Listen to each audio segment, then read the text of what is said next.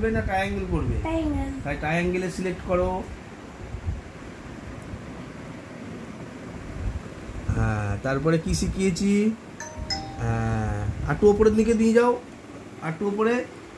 হ্যাঁ, এবার সিলেক্ট করে থাকো আর এক হাতে ধরে টানো আস্তে করে। চড় এদিক সাইডে নিয়ে যাও, সাইডে নিয়ে যাও। যাও। এইবারে কি করবে তুমি? কালার করবে। কালার করতে গেলে কি করতে হয়? আগে ফিল অপশানে ক্লিক করো। ফিল অপশান দেখো, তোমাকে শেখালাম ওইখানে না, এই তার নিচে। হ্যাঁ হ্যাঁ, ওইটার উপরেরটা।